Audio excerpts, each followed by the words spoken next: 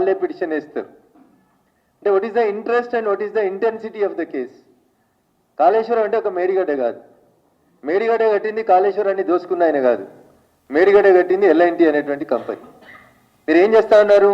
మొత్తం 1,00,000 కోట్ల ప్రాజెక్ట్ అయిన కాళేశ్వరాన్ని చిన్నదిగా చేసి చూపెట్టి కేవలం మేడిగడ్డ వరకే మీ టీపీసీసీ ఉపాధ్యక్షుల వారు ఇచ్చినటువంటి కంప్లైంట్ మీద మేడిగడ్డ వరకే మీరు దాన్ని కేసుని కన్ఫైన్ చేస్తూ సిబిఐ విచారణ అంతవరకే అడగాలనుకుంటున్నారా? ఏమంటారు? ఇక్కడ మీరే చేయాలని మంత్రి అంటారు, మేం చేయమని ఎల్ఎన్టీ కంపెనీ అంటది. ఇది కూడా రఘునందన్ రావు కవిత్వం కాదు. నిన్న మంత్రి సమీక్షించారు, మొన్న రాత్రి ముఖ్యమంత్రి గారు సమీక్షించారు. ఏమంటారు? ఎల్ఎన్టీ ఇది కుంగింది అన్న తెల్లారి ఎల్ఎన్టీ నుంచి ఒక ప్రతినిధి ఒక ఉత్తరం ఇచ్చిండని చెప్పి పేపర్లలో వార్త వచ్చింది. ఏమని? ఎల్ఎన్టీ అనే సంస్థనే ఈ కుంగిపోయినటువంటి మేడిగడ్డని పూర్తిగా తమ సొంత ఖర్చులతో రిపేర్ చేస్తుంది అని అప్పుడు ఉన్నటువంటి బీఆర్ఎస్ ప్రభుత్వం ఒక కింది స్థాయి అధికారితో ఒక ఉత్తరం ప్రజలకు ఇచ్చి రాష్ట్ర ప్రభుత్వం మీద భారం పడతలేదని నమ్మించేందుకు ప్రయత్నం చేసింది.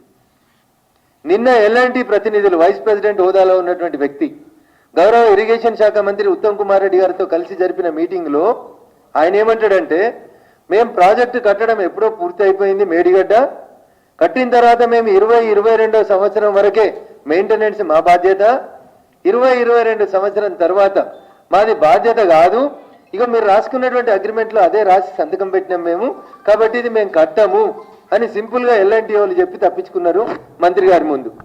మంత్రి గారు ఎల్ఎన్టీ మీద ఆగ్రహం వ్యక్తం చేశారు. అన్న, మీరు ఈ మొత్తం చర్చను గమనిస్తే, గత వారం రోజులలో మీడియాలో రిపోర్ట్ అవుతున్నటువంటి అంశాలను గమనిస్తే కాళేశ్వరం పక్కకు పోయింది.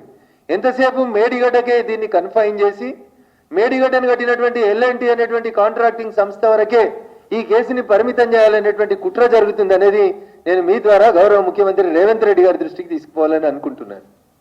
రేవంత్ రెడ్డి గారి దృష్టికి ఇది పోయిందో లేదో నాకు తెలియదు, కానీ దీన్ని రేవంత్ రెడ్డి గారు అనేటువంటి రాష్ట్ర ముఖ్యమంత్రి గారి దృష్టికి తీసుకెళ్లేందుకు నేను నా దగ్గర ఉన్నటువంటి ఫైళ్ళను అన్నింటినీ నిన్న ఇరిగేషన్ శాఖ మంత్రి గారికి, ముఖ్యమంత్రి గారి కార్యాలయానికి ఒక కామన్ ఫ్రెండ్ ద్వారా పంపించడానికి ప్రయత్నం చేసినాను. ఇది కూడా మళ్ళీ చెప్తాను, ఇది రఘునందన్ రావు సొంత కవిత్వం కాదు. 150 పేజీల రిపోర్టు.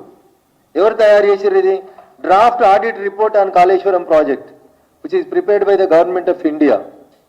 Draft audit report. దీన్ని ఫైనల్ చేసి పబ్లిక్ చేయడానికే నేను ఇందాక మిమ్మల్ని అడిగినటువంటి ఒక ఉత్తరం కావాలని చెప్పి భారత ప్రభుత్వ కాగ్ నివేదిక నుంచి ఒక అధికారి రజత్ కుమార్ అనేటువంటి ఐఏఎస్ అధికారికి ఇది ఫైనల్ చేసి సంతకం పెట్టడం కోసం ఒక ఉత్తరం రాస్తే మార్చి 2023 నుంచి తెలంగాణ ప్రభుత్వం చాలా బిజీగా ఉంది, కాళేశ్వరం గురించి మాట్లాడతలేదు.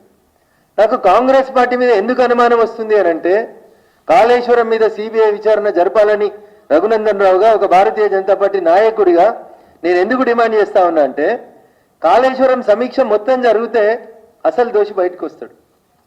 నేను మీకు చెప్తా, ఒక ఇండివిజువల్, ఒక వ్యక్తి స్వతంత్ర భారతదేశంలో ఇంత పెద్ద కుంభకోణం చేసిన ప్రాజెక్ట్ ఇంకేది లేదు ఈ దేశంలో. This is the first ever biggest corrupt practice. ఒక వ్యక్తి భారతదేశానికి స్వతంత్రం వచ్చిన తర్వాత ఇండిపెండెంట్ ఇండియాలో ఒక ఇండివిజువల్ చేసినటువంటి అతిపెద్ద కరప్షన్ ఏంటంటే కాళేశ్వరం ప్రాజెక్ట్.